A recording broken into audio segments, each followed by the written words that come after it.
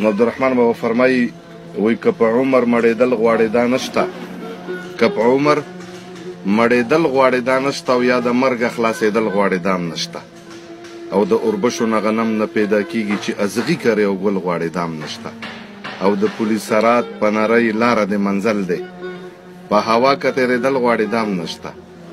نو د نیکو بدو تلل به په انصاف وي، که درانه درانه تلل غواړې دا هم نشته. نو رب رحیم دی خو زمونږ عمل به ګوري، که په سوال جنت ته تلل غواړې دا هم نشته. نو ته دې هم تیاری وکړه مسلمانه همیشه که اوسېدل غواړې دا هم نشته.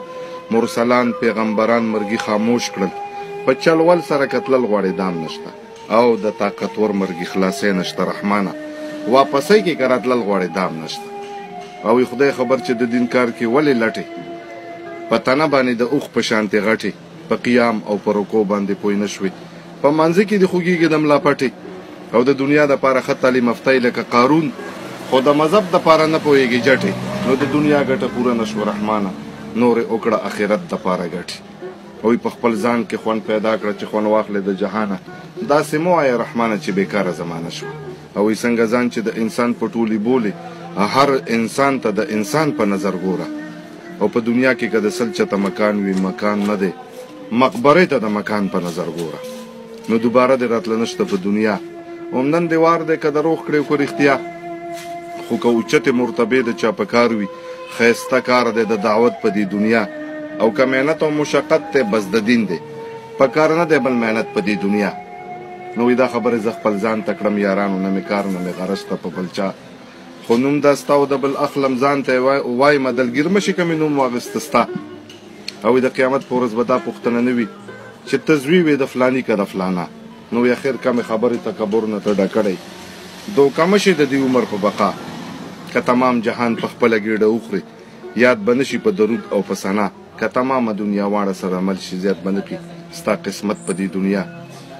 نو د وخت نه تېرې اوبه په بېرته نه جاروزي، نه جاروزي تېر ساعت په بېرته بیا، او تېر ساعت په مثال مړی د لحد دی، مړي چا دي ژوندي کړي په جړه. نو وایي ګوره ما عبدالرحمن باندې ټول عمر داسې تېر شو لکه تېر شي یو ساعت د دې دنیا. نو وایي ګوره څه شو نن شاهان او سلطانان، هېڅ نیمګړی په چا نه شو دا جهان. که هزار هزار پناه شي په یو دم کې، بیا پیدا شي په یو دم کې هزاران. پیغمبر غوندې هستی د دنیا لاړه، دا دنیا ویرانه نشوه په هجران. او چې دا داسې خلک لاندې شو تر خاورو د چا یاد دي ما او تا غوندې سګان. نو بوی د نوم او د نشان یې پاتې نه شو چې دعوې به یې کړې د نوم او د نشان. که غلبیل کړم د تمامې دنیا خاورې، بیا به نه مومم لاره شاه جهان. چې به یې ته په دواړو سترګو ښکلولې ګوره څه شوې هغه خولې هغه لبان. وایي که دروغ وایم ته ورشه نظر وکړه د خپل پلار او د نیکه په قبرستان، چې مدام به په قربان قربان بللې. نو وایي نن دې غږ در باندې وکړو چې قربان. نو وایي ځکه زه عبدالرحمن په دل سو زړه ورته حیران یم چې مې اور بل شوی نه دی په دیوان. نو وایي ای عاقله غوږ ونیسه ماته، مرګی نه پرېږدي سړی خپل رضا ته. د اجل سواره را روان دي او زر به راشي، ناګهانه به تالاشي وایم تا ته. او ډېرې ماتې کړې مرۍ د کبرجنو، چې د کبره به یې نه لیدل هیچا ته. نو بادشاهان دې واړه خاک د بیابان شو، نظر وکړه سکندر پسې دارا ته. نو په هغې جهان به څنګه جواب ورکړې چې په دې جهان عاجز د جوابه. او چې افتاب یې ونیزه شي بیا به څه کړې، اوس چې سوري لره درومې د افتابه.